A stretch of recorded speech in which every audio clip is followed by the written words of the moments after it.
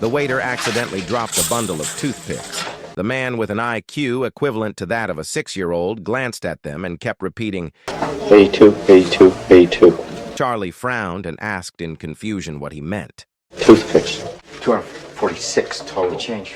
Charlie thought his brother was talking nonsense. The waiter casually responded, 250. Pretty close. Come on, let's go, Ray. Charlie pulled him to leave. The waiter suddenly said, There's 4 left in the box. exactly 246 on the floor. Charlie turned to look at his brother, unable to believe it. Before Charlie got to know his brother, Charlie dropped out of school at 16 and went into the second-hand luxury car business. But because he hated his father, he never went back home, not even making a phone call until he received the news of his father's death. Only then did he go to the funeral with his girlfriend. Standing in the distance, he only cared about how much inheritance his father had left him. This deliberate pretense stemmed from his father's ruthlessness during his teenage years.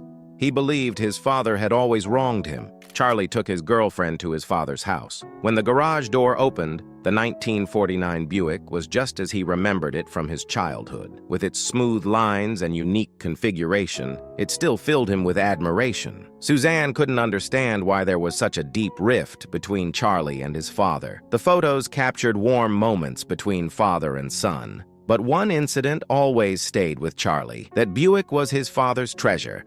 He was never allowed to touch it. Yet this only made Charlie more curious. He studied hard and got straight A's at 16, thinking his father would agree to lend him the car. To his disappointment, his father refused. Unable to resist, he stole the car keys while his father was away, drove out with his friends, and in the end, his father called the police. They were arrested. The other boys were picked up by their parents, but to teach Charlie a lesson, his father made him reflect in the police station for several days. His father's coldness and the darkness of the police station filled Charlie with resentment. This incident became the root cause of the breakdown in their father-son relationship. That night, the lawyer read out the father's will. His father left the Buick and the rose garden to Charlie, while the remaining $3 million of his property was all deposited into a trust fund. Charlie was not the beneficiary. Charlie felt helpless and angry. As his father's only relative, he couldn't get the entire inheritance, and he wasn't even entitled to know who the beneficiary was. Regarding the inheritance left by his father, he couldn't figure it out. He cursed his father.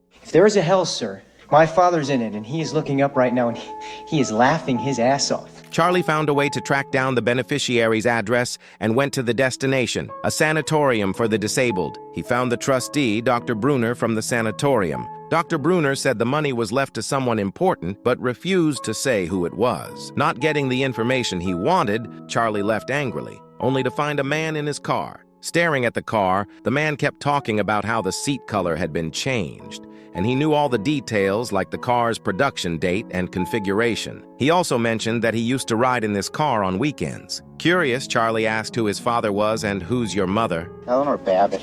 Eleanor?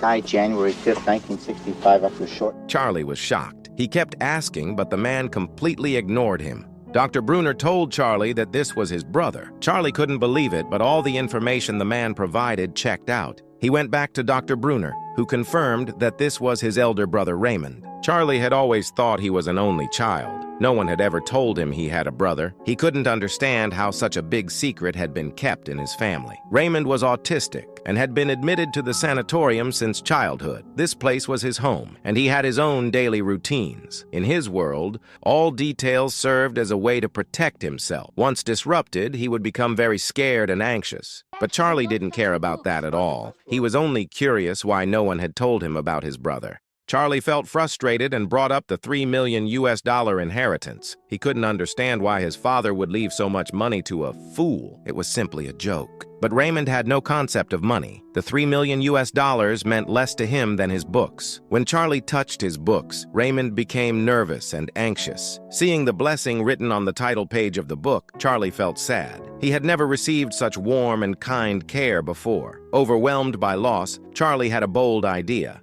He offered to take Raymond out for a walk. The nurse didn't object, thinking it was normal for brothers to spend time together. Unexpectedly, Charlie directly took Raymond away from the sanatorium. Charlie was only focused on the inheritance and didn't care about Raymond's feelings as he drove towards Los Angeles. Raymond was terrified in the unfamiliar place. When they arrived at the hotel, he stared at the strange room. No familiar people, no beloved bookshelf. Everything was unknown. He wanted to leave and go back to the place he knew. Charlie stopped him, rearranged the room according to Raymond's requirements, and handed him a book, a phone directory. Only then did Raymond calm down. But Raymond was still dissatisfied. He wanted sausage pizza and his own TV. His scared appearance made Suzanne realize something was wrong, and she persuaded Charlie to send him back. But Charlie hadn't achieved his goal yet, so he asked Suzanne to comfort Raymond, while he called to order sausage pizza and pudding, hoping to make him feel at ease.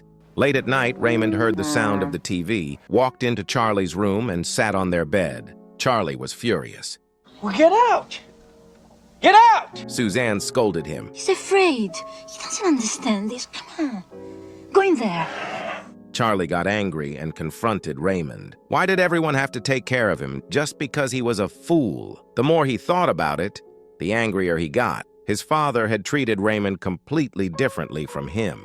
He had been strict with Charlie, yet Raymond had been given everything he wanted. Jealousy clouded his judgment, and he didn't know if he wanted the $3 million inheritance or if he was just envious of Raymond. Suzanne thought Charlie was too heartless. You're not doing any of this to make up for your childhood. You're just in it for the money. After that, she left. Charlie looked at Raymond, who was praying devoutly as if nothing had happened. Sometimes, ignorance truly was a kind of bliss. The next day, Raymond glanced at the waitress's name tag and immediately recited her phone number. Charlie was curious. Raymond said, "I've already memorized more than half of that phone directory from last night." Raymond had a fixed weekly diet, and if he didn't get what he wanted to eat on a given day, he would make a fuss and make strange noises. Charlie told him to be quiet, but his agitated manner only revealed his own anxiety. At that moment, Dr. Bruner called, demanding that Charlie send Raymond back immediately. Charlie refused. He wanted to split the $3 million